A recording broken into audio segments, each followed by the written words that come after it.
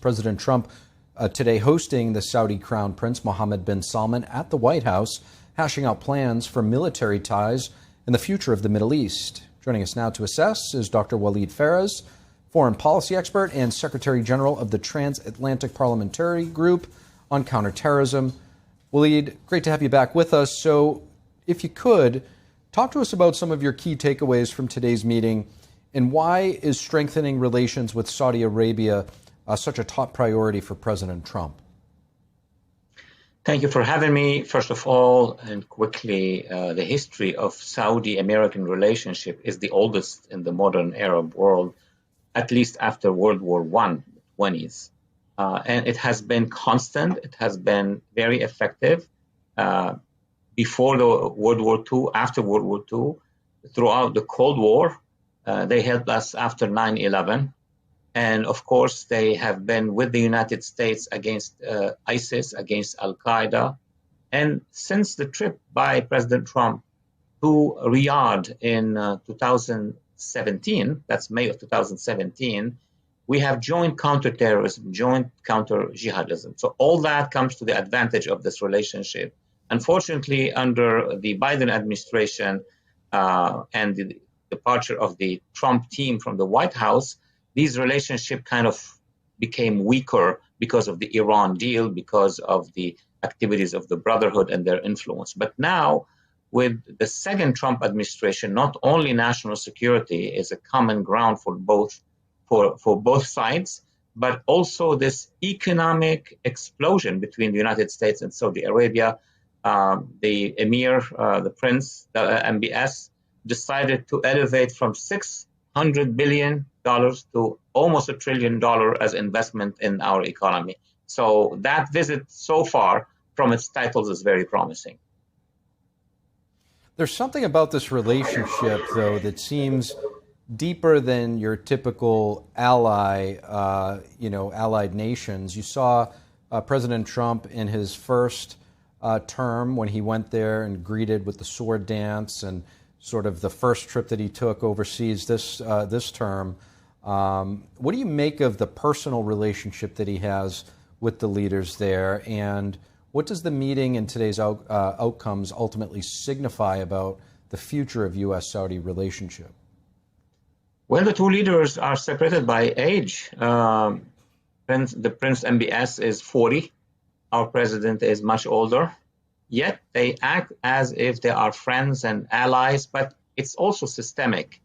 The president represents an entire base in the United States that goes along with what the interests of Saudi Arabia and the interests of the United States wants it to be.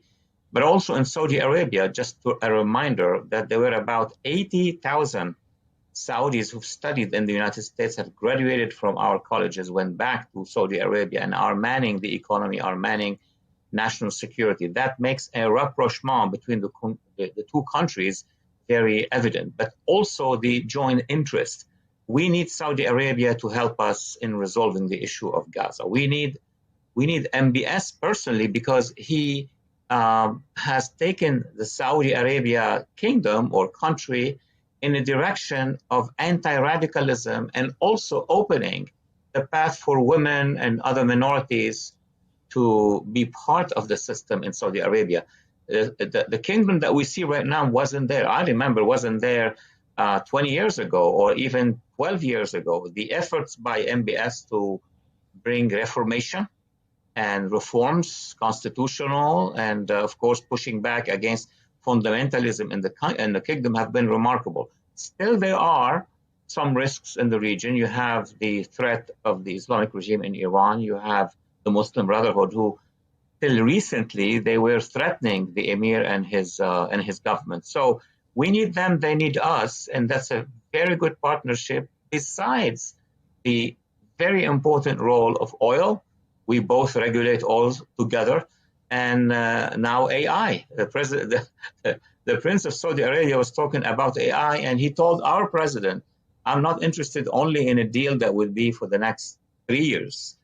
He wants a deal for the next 30 years. So he's looking at long term as well. We're looking right now on the screen of a live look inside of the White House. where some of the dignitaries and officials are filing in. Vice President Vance with his wife Usha, the Treasury Secretary there. Donald Trump Jr. is also notable. One of the most significant invites, I guess you might say, as the camera starts to pan over again, is Elon Musk. He was also in the good graces of the president on the first trip, sort of a centerpiece of that visit. Here he is now invited to this after a bit of a fallout, which seems to have been mended. Does that speak to the level of business that is done, U.S. business with Saudi Arabia?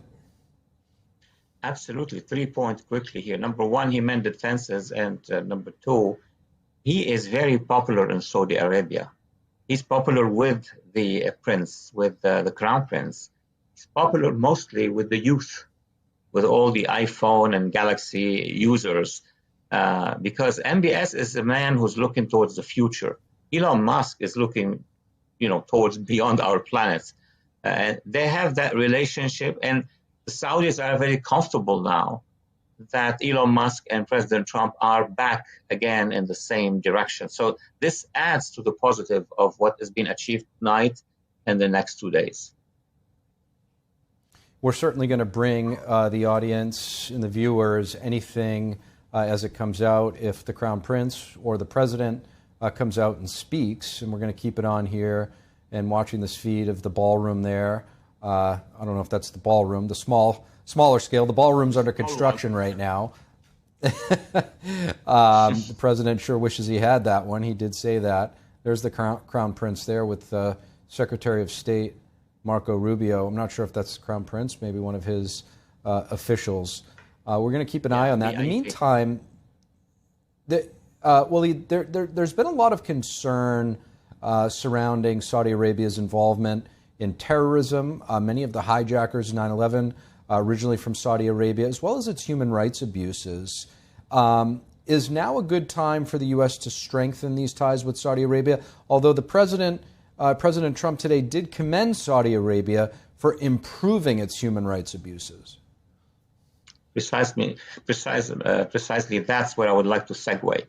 The American public, unfortunately, was not well informed, actually was disinformed for a long time about Saudi Arabia. I published a book. The first book after 9/11 was titled Future Jihad. It was studied in our colleges. I myself criticized Saudi Arabia for not just a connection with terrorism, because that was not the issue, for allowing those madrasas, those Islamist Sharia madrasas, to produce a wave of jihadists. That was not the state policy.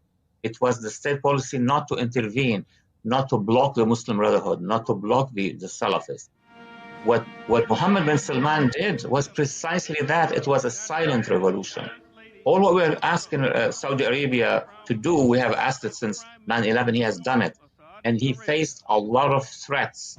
He faced almost a coup in 2018.